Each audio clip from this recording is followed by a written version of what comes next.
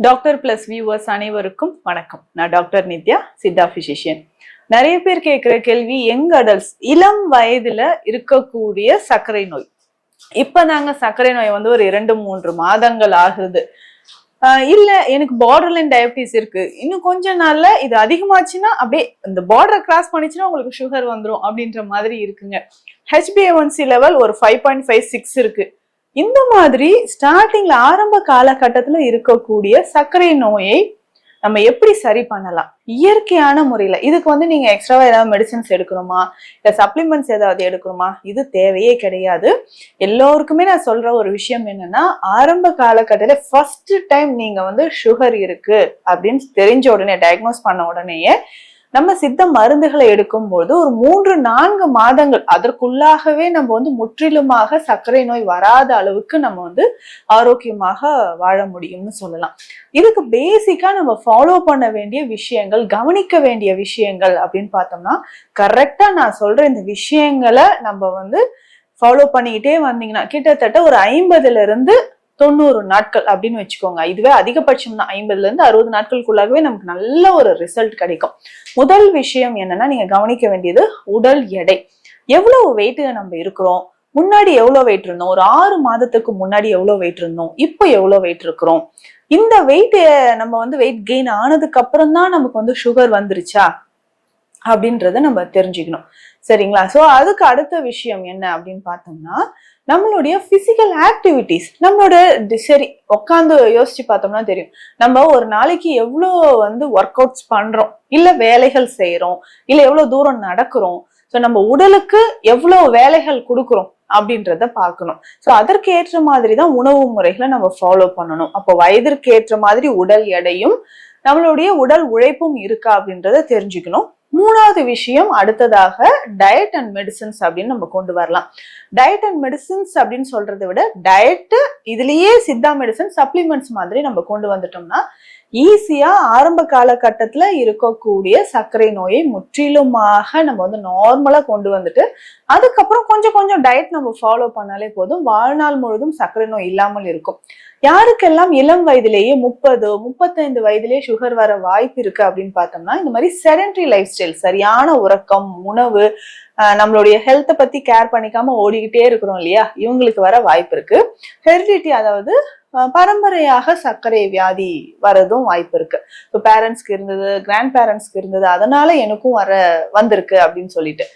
பெரும்பாலானும் மக்கள் பண்ற விஷயம் என்னன்னா, யங் அடல்ட்ஸ், அதாவது இளம் வயதுல இருக்கக்கூடிய நபர்களுக்கு சர்க்கரை நோய் இருந்துச்சுன்னா ஆரம்ப காலகட்டத்திலேயே பாத்துக்கலாம், நமக்கு தான் ஏஜ் இருக்குல்ல, இந்த ஏஜ்ல நம்ம வந்து ஓடி ஆடிதான் நம்ம வந்து ஒர்க் பண்றோம், டயட் எல்லாம் பாத்துக்கலாம் அப்படின்னு சொல்லிட்டு மெடிசின்ஸ் எதுவுமே எடுக்காம, இல்ல சப்ளிமெண்ட்ஸோ இல்ல ஹெர்பல்ஸ் எதுவுமே எடுக்காம விடுறதுனால கிட்டத்தட்ட 2-3 வருடத்திற்கு உள்ளாகவே அதிகமான உடல்ல வந்து பாதிப்பை ஏற்படுத்துது. எதுக்காக சொல்றேன்னா, நம்ம கிளினிக்ல நிறைய பேர் இந்த மாதிரிதான் வந்து ஒரு மேம் 3 இயர்ஸ் 4 இயர்ஸ் முன்னாடியே தெரியும், சரியான டயட் ஃபாலோ பண்ணல, பாத்துக்கலாம்னு விட்டதுனால பாருங்க இப்படி இருக்கு. என்னென்ன பாதிப்புகள்னா, உடல் எடை குறைஞ்சிருக்கும், நரம்பு தளர்ச்சி இருக்கும், பெண்களாக இருக்கும்போது இர்ரெகுலர் பீரியட்ஸும், ஒரு சிலருக்கு வெயிட் கெயின் ஆயிருக்கும். இதுவே ஆண்களுக்கு அப்படின்னு பார்த்தோம்னா எரெக்ஷன் ப்ராப்ளம் வந்து இருக்கு. ஸோ நரம்பு சம்பந்தப்பட்ட பிரச்சனைகளும் இதனால ஏற்படுது. ஆரம்ப காலகட்டத்திலேயே நம்மளுடைய உணவு, நம்மளுடைய உடற்பயிற்சி, இந்த மாதிரி விஷயங்களை நம்ம நிச்சயமாக மாற்றம் செய்யணும். உணவுல என்ன செய்யலாம், அடுத்ததாக ஹெர்பல்ஸ் என்ன ஃபாலோ பண்ணலாம், அதையும் நான் சொல்றேன். உணவு முறையை பொறுத்த வரைக்கும் நிறைய ஸ்வீட் சாப்பிட்ற ஒரு ஹேபிட் நிறைய பேருக்கு இருக்கும். அதிகமா இனிப்பு அப்படின்னா விரும்பி சாப்பிடுவாங்க. ஸோ ஸ்வீட்ஸ் வந்து டோட்டலா அவாய்ட் பண்றது நல்லது. இதுல வந்து நான் நாட்டு சர்க்கரை சாப்பிட்றேன், தேனோ கருப்பட்டி அப்படின்னு சொன்னீங்கனாலும் அதுவுமே இனிப்பு தான். ஸோ அதையும் வந்து கொஞ்சம் நம்ம குறைச்சி சாப்பிட்டா உடலுக்கு வந்து ரொம்ப ரொம்ப நல்லது அப்படின்னு சொல்லலாம். அடுத்த விஷயம் என்னன்னா, நார் சத்துக்கள் அதிகமாக இருக்கக்கூடிய காய்கறிகள், பழங்கள், இதை வந்து நம்ம சாப்பிடணும். நார் சத்து அப்படின்னு சொல்லும் போது ஃபைபர் கண்டென்ட்.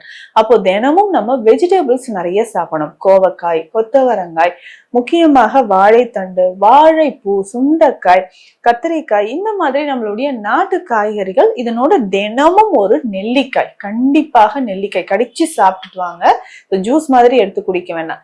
ஸோ இதை வந்து நம்ம ஃபாலோ பண்ணிக்கிட்டே வரும்போது பிளட் சுகர் லெவல் நல்லாவே குறைய ஆரம்பிக்கும். ஸோ இதை தாண்டி வந்து பார்த்தோம்னா, இந்த ஃபைபர்ன்னு சொல்ற ஒரு விஷயத்துக்குள்ள நம்மளுடைய மில்லட்ஸ், சிறுதானிய வகைகளும் நமக்கு வந்து சேருதுன்னு சொல்லலாம். ஸோ சிறுதானிய வகைகள் ரொம்ப முக்கியமாக நமக்கு தேவைப்படுது. சிறுதானிய வகைகள் ரொம்ப ரொம்ப முக்கியம். ஸோ இதனோட நம்ம வந்து வெஜிடபிள்ஸும் சேர்த்து சேர்த்து சாப்பிடும்போது நமக்கு உடல்ல அந்த வெயிட் அதனோட சேர்ந்து சுகர் லெவலும் நமக்கு குறைய ஆரம்பிக்கும். சரி, இதை தாண்டி சப்ளிமெண்ட்ஸ் அப்படின்னு சொன்னீங்களே, எந்தெந்த மூலிகைகளை நம்ம உணவுல சேர்த்துக்கலாம் அப்படின்னு பாத்தீங்கன்னா, இப்ப நான் சொல்லக்கூடிய மூலிகைகள் தினந்தோறும் நம்ம பயன்படுத்தும் போது நம்ம பிளட்ல இருக்கக்கூடிய சுகர் லெவல் நிச்சயமாக குறைய ஆரம்பிக்கும். என்னென்ன மூலிகைகள்னு சொல்றேன். முதல்ல பார்த்தோம்னா நம்ம ஆவாரம் பூ பயன்படுத்தலாம், வேப்பம் பூ பயன்படுத்தலாம், அதுக்கப்புறம் பார்த்தோம்னா மகிழம் பூ பயன்படுத்தலாம். ஸோ இது மூணும் சேர்த்து கூட பயன்படுத்தலாம், இல்ல தனித்தனியாகவும் எடுத்துக்கலாம். இந்த 3 பூக்களுமே நாட்டு மருந்து கடைகள்ல இருக்கும். இப்ப ஆவாரம் பூ சீசன்னா அதே மாதிரி வேப்பம் பூ இப்ப தாராளமாக கிடைக்கும், ஸ்டோர் பண்ணி எடுத்து வச்சுக்கலாம். மகிழம் பூ உலர்ந்த பூக்கள் வந்து நாட்டு மருந்து கடைகள்ல இருக்கும். 3 பூவும் எடுத்து வெயில நல்லா உலர்த்தி பொடி பண்ணிக்கணும். இந்த பவுடர் 1 ஸ்பூன் எடுத்து 3 கிளாஸ் தண்ணியில போடணும். இதனோட ஒரு 1/2 டீஸ்பூன் அளவுக்கு, அதாவது சின்ன ஸ்பூன் அப்படின்னா டீஸ்பூன் சொல்றோம் இல்லைங்களா, அதுல பாதி அளவுக்கு மஞ்சள் பொடி இதனோட சேர்க்கணும். அவ்வளவுதான். இதை நல்லா கொதிக்க வச்சு டெய்லி காலையில நம்ம டீ மாதிரி குடிச்சிட்டு வரணும். காலையில எம்டி ஸ்டொமக்ல இதை குடிச்சாவே போதும். உடல்ல இருக்கக்கூடிய டாக்ஸின்ஸ், பிளட் சுகர் லெவல் நமக்கு நல்லாவே குறைய ஆரம்பிக்கும். உணவு முறையில நிறைய கார்போஹைட்ரேட்ஸ் எடுத்தீங்கன்னா அதை வந்து அவாய்ட் பண்ணணும். ஸோ கார்போஹைட்ரேட்ஸ் எடுக்கிறத அவாய்ட் பண்ணிட்டு ஃபைபர், புரோட்டீன், கால்சியம் இந்த மாதிரியான உணவுகள் வந்து நம்ம சேர்த்து சாப்பிட சாப்பிட நம்ம உடல்ல ஆரோக்கியமான நிலை அப்படின்றது வரும். கொஞ்சம் கொஞ்சமாக பிளட் சுகர் லெவல் குறைய ஆரம்பிக்கும். இதற்கு அடுத்ததாக பார்த்தோம்னா நமக்கு சீந்தில் அப்படின்னு சொல்லக்கூடிய மூலிகை. இந்த சீந்தில் நம்ம பயன்படுத்தும் போது உடல்ல இருக்கக்கூடிய சர்க்கரை அளவு கொஞ்சம் கொஞ்சமாக நமக்கு குறைஞ்சுக்கிட்டே வரும். சீந்தில் சூரணம் அப்படின்ற மெடிசன், இதை எப்படி ஃபாலோ பண்ணலாம் அப்படின்னு பார்த்தோம்னா, தினமும் காலையில ஒரு 1/2 ஸ்பூன் அளவுக்கு எடுத்து வெந்நீர்ல கலந்து குடிக்கணும். ஸோ இந்த மாதிரி இந்த சீந்தில் சூரணம் வெந்நீர்ல கலந்து குடிக்கும் பொழுது நம்ம உடல்ல இருக்கக்கூடிய சர்க்கரை அளவு கொஞ்சம் கொஞ்சமாக குறைய ஆரம்பிக்கும். இரவு உறங்கும் போது கண்டிப்பாக திரிஃபலா சூரணம் சாப்பிடணும். இந்த திரிஃபலா சூரணம் பயன்படுத்தும் போது என்ன பெனிஃபிட்னா, பிளட்ல இருக்கக்கூடிய சுகர் லெவல் குறையும், ஈஸி அந்த மலச்சிக்கல் தொந்தரவு இல்லாமல் இருக்கும். தொடர்ந்து இதெல்லாம் நம்ம ஃபாலோ பண்ணும்போது நம்ம உடல்ல சர்க்கரை அளவு நல்லாவே குறையும். இதை தாண்டி வெயிட் எவ்வளவு இருக்கீங்க அப்படின்னு நோட் பண்ணி வச்சுக்கணும். ஸோ அதிகமான உடல் பருமன் இருந்தா கொஞ்சம் கொஞ்சமாக நம்ம உடற்பயிற்சிகள் செய்து வெயிட் லாஸ் பண்ணும்பொழுது நம்ம உடல்ல சர்க்கரை அளவும் குறைஞ்சிக்கிட்டே வரும். உணவு முறையில் இரவு உணவு ரொம்ப கவனமா இருக்கணும். அதிகமான நான்வெஜ், அசைவ உணவுகள் இரவு நேரத்துல சாப்பிடுறது, எண்ணெய் சத்துக்கள் இருக்கிற உணவுகள் சாப்பிடுறது, இது எல்லாமே நம்ம அவாய்ட் பண்ணிக்கணும். தினமும் ஒரு கீரை வகை ரொம்ப முக்கியம். இதுல வந்து பார்த்தோம்னா வெந்தய கீரையோ இல்ல பாலக்கீரை, முருங்கைக்கீரை, இந்த கீரை வகைகள்ல மாற்றி மாற்றி ஏதாவது ஒண்ணு சாப்பிடும்போது நம்ம உடல்ல சர்க்கரை அளவு நல்லாவே குறைய ஆரம்பிக்கும். ஸோ இந்த பதிவுல ஒரு கண்டிப்பா இது வந்து ஒரு அவேர்னஸ் வீடியோவா தான் இருக்கும்னு நான் நினைக்கிறேன். ஏன்னா நிறைய பேர் மிஸ்டேக் பண்ணிட்டு ஒரு 2-3 வருடங்களுக்கு அப்புறம் எனக்கு இதை கியூர் பண்ணணும், இவ்வளோ வெயிட் லாஸ் ஆச்சு, ஹேர் லாஸ் ஆயிடுச்சு, ஸ்டாமினாவே இல்லைங்க, இப்போ மேரேஜ் வேற ஃபிக்ஸ் ஆக போது, எனக்கு வந்து நரம்பு சம்பந்தப்பட்ட பிரச்சனைகள்லாம் இருக்குன்னு ஃபீல் பண்றீங்க. ஆரம்பத்திலேயே இந்த சுகரை எப்படி கண்ட்ரோல் பண்ணலாம், ரொம்ப சிம்பிளா ஒரு 2 monthsல எப்படி கண்ட்ரோல் பண்ணலாம் அப்படின்ற வழிமுறையை சொல்லியிருக்கிறேன்.